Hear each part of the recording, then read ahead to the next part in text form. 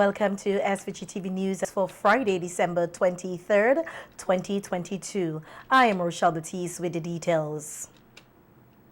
The restructuring of the RSVG police force, which should have taken place this year, will be realized in 2023. This is according to Commissioner of Police Colin John in his Christmas message to members of the force and Vincentians as a whole.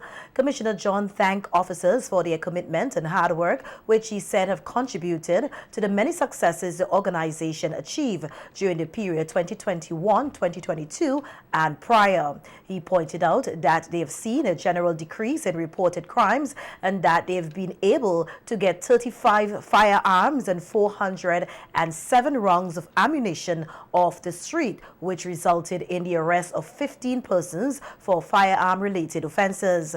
In addition, the commissioner said their summer programs for youth of St. Vincent and the Grenadines have been quite successful. Despite these successes, the commissioner said they have fallen short in some areas, pointing out that there are too many instances of reports of unprofessional conduct by officers, ranging from the manner in which some officers approach civilians to allege unlawful physical assaults, complaints of late and sometimes no responses by officers to reports from the public. The commissioner said officers also need to improve the manner in which they treat government property, inclusive of transport, building fixtures and fittings, and uniforms. Commissioner John used the opportunity to congratulate the officers who have successfully completed courses of higher learning during the year on the review, noting that 9 officers graduated from different universities with varying degrees. For the new year, Commissioner John said they need to work together to improve in the areas where they are weak and fortify the areas where they are strong, noting that a chain is as strong as its weakest link. Meanwhile, the RSVG Police Force will host its annual awards and dinner on Friday, December 30th at the Russell's Auditorium. The event, which is scheduled to commence at 6:30 p.m., will be held under the theme, "Amidst the challenges, we continue to care, serve and protect." Scores of police officers will be recognized and awarded for outstanding performances, personal achievements, academic achievements, and more. The coveted awards that the officers will compete in include Policeman of the Year, Policewoman of the Year, Sportsman and Sportswoman of the Year, and the Commissioner's Award for Bravery, among others. Individuals from the private sector and the public service will also be recognized. Remarks will be delivered by Prime Minister and Minister of National Security and Tertiary Education, Dr. Ralph Gonsalves, and the Commissioner of Police, Colin John. In other news now, we hear that a friend of this country's latest homicide victim would like to see justice served. The body of 59-year-old Bonnet Bramble was discovered yesterday morning several meters below the Lomans Leeward Main Road, a stone throw away from his home. We hear more in this report. The circumstances surrounding the death of 59-year-old Bonnet Bramble is still unknown. However, friend of the deceased, Errol Collis, who saw him the night before, said he did not deserve to die a gruesome death. Look, if they had been, and 2 foot been this on Kyle up so, right there, and the man down there coming, they see the man road now. The man coming up, the man say, well, what, I get dry coconut. That's what the man say now. When he see the thing come down, they think it's dry coconut now, you know? When he come close this way now, he might run, go to this hole and come and call me. The guy that I know from very, very small. We grew up together. It was around 8 o'clock. I was home and I hear someone call out and say, Offin, did Bagawina around the dead, like somebody kill him. But the Bagawina is the same Elvis Bramble. Yeah, so yeah, I really feel it for him. I could hear it in my voice and all. Yeah, I really feel it for him. He don't trouble people. He used to drink, and when he drink, he bust a little water, but he molest nobody. Yeah, so up to now we still wondering why they want to do him that, you know. Bramble's body was discovered a few meters below the Lomans Main Road, which is about 25 meters away, which is obliquely opposite his home. Drops of blood was evident on some stones close to where the body was found. According to Collis, Bramble lives alone and a person saw him after 9 p.m. leaving for home the night before. I saw him Wednesday night. In May, he was together in a shop, wrong the road. Yeah, and I asked him if he wanted a drink. And he said no, because he said he get a nail choke and he take an antibiotic. The friend added that Bramble had complained of being traumatized after a robbery recently. Well, he said that how some guys robbed him about 2 weeks ago, you know? So perhaps you never know, that could be leading to the same set of people again, you understand? Yeah, but different than that, he don't get in trouble with nobody. He don't interfere with people, he don't trouble nobody. He just don't trouble nobody. No, he don't trouble anybody. He's a nice guy. Collis would like to see justice for his friend. If it's not justice, God will deal with them. You understand? Yeah, them is real wicked people who do that. Because them knows a guy is not a rich person. He's not a rich person for say, well, he doing some business and he have money or something. You know? He just walking by a shop down there to do a little work.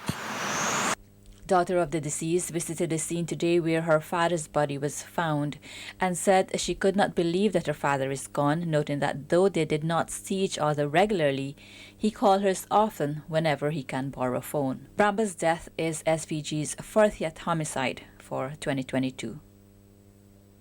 Larissa Pug. Thank you, Larissa. And some vendors in capital Kingstown are still not happy with sales in the newly established markets, while others are said to be making the best of the Christmas season. We hear more in this report. Vendors in the downtown vegetable market are making the best of sales, even though they say they're not getting the usual Christmas sale compared to previous years. On the road, you make a faster dollar, but I'm grateful because you come in here, I don't have to pay for 10 go up, 10 come down, and the stall is $5 a day. But the customers coming to meet me, I'm grateful. You understand? I'm grateful.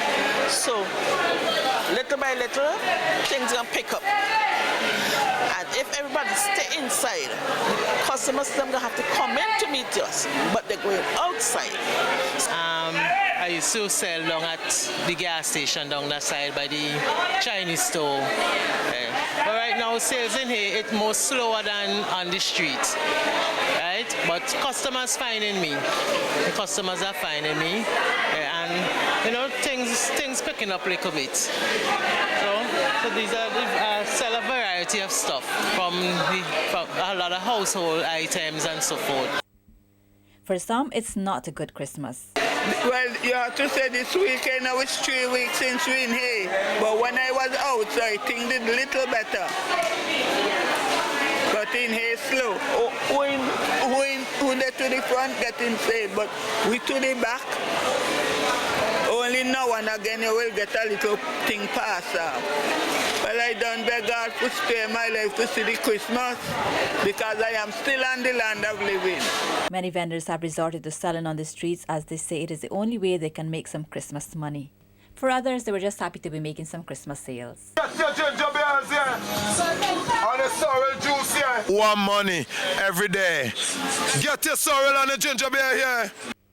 Larissa Pugsley Kid, SVG TV News. Vincentians are again reminded not to forget the reason for the season. There's another stories coming up when we return with more local news. Stay with us.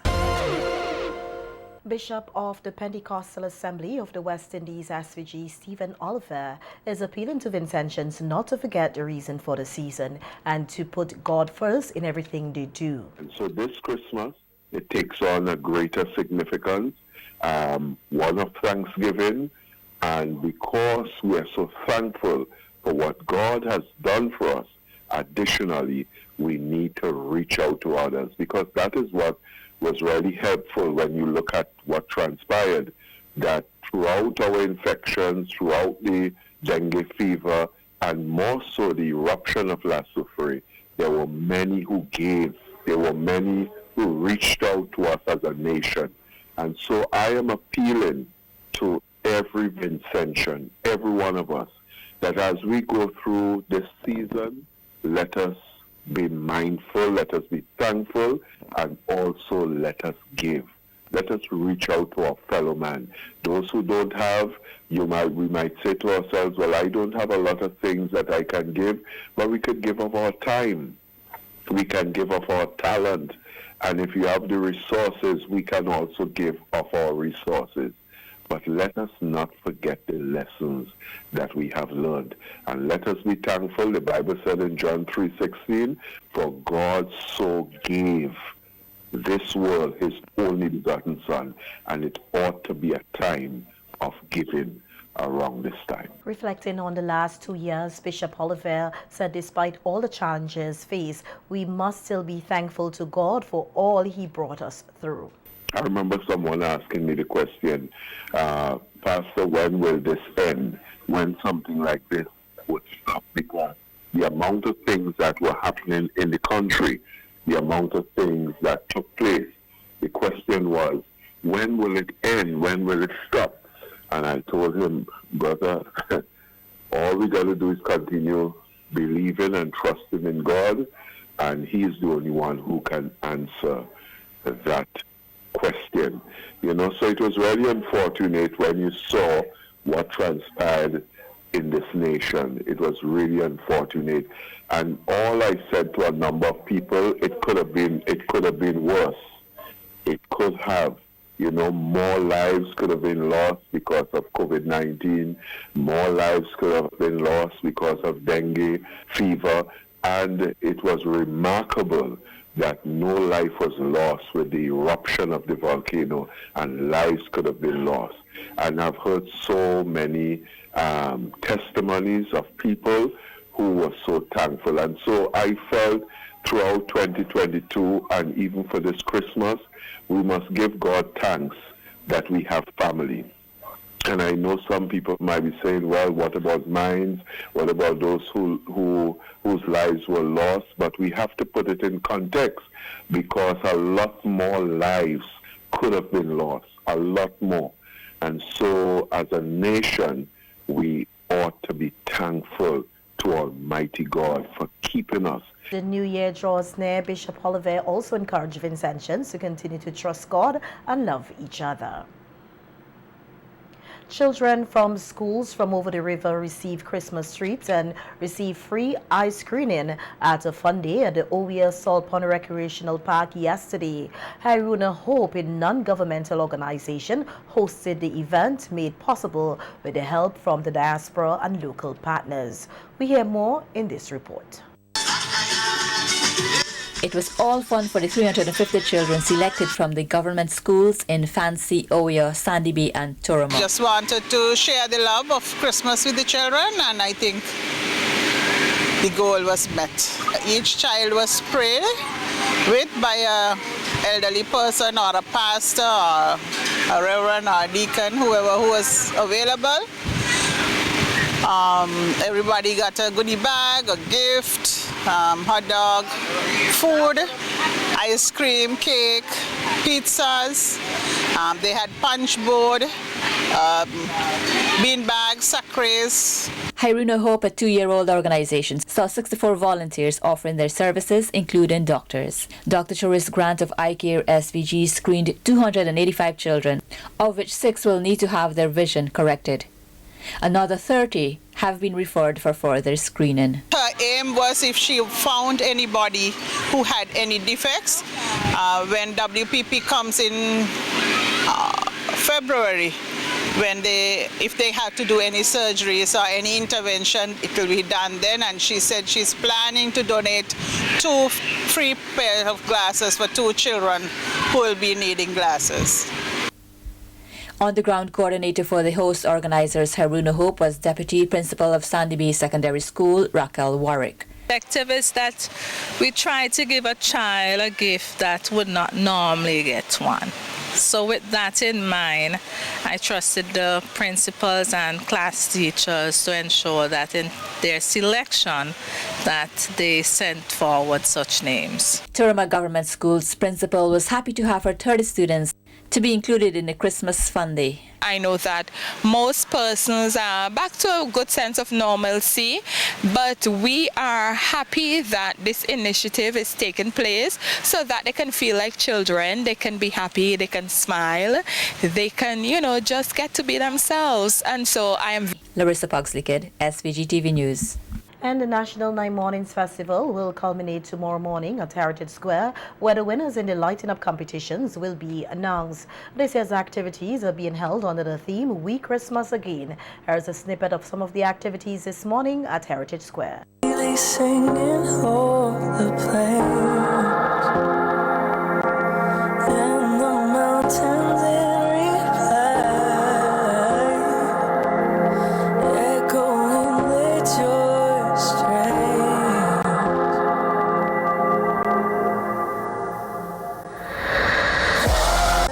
Go tell it on the mountain that Jesus Christ is born. A little boy waiting anxiously, pacing around like little boys do. And in his hands he held a pair of shoes. Time of year, whether you're poor or rich, it doesn't matter, because he has such a generous spirit. Come and get your load with me, 'cause as you celebrate your great plans, put in all your hopes and we had. It's a beautiful sight, we're happy tonight, walking in St. Vincent in the sand. And the closing ceremony for the 9 Nights of Lights event will take place this evening at the Botanical Garden under the theme Botanical Garden Christmas. The concept of 9 Nights of Lights as an event was first introduced in 2015 to commemorate the 250th anniversary of the Botanical Garden. It was one of the many activities held that year to commemorate the garden since its establishment in 1765. Over the years, the 9 Nights of Lights event has developed into one of the most anticipated Christmas traditions for thousands of Vincentians and visitors. It is also a major contributor to the National 9 Mornings festivities held annually in December. Here's a snippet of the activities held last evening.